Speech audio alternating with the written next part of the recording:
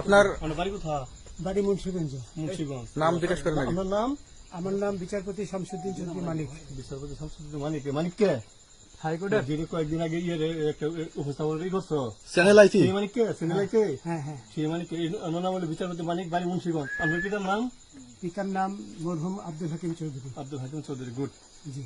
আপনি ইন্ডিয়া পালাইতেছেন কেন বলেন? ভয়ে পালাইতেছি। কার বইয়ে? আর প্রশাসনের ভয়ে। প্রশাসনের বইয়ে? ওই একটা মেয়ে যে বলছিলেন যে ইয়ের বাচ্চা দীপ্তি চৌধুরী, ওইটা আমি খবর চাইছি। আমি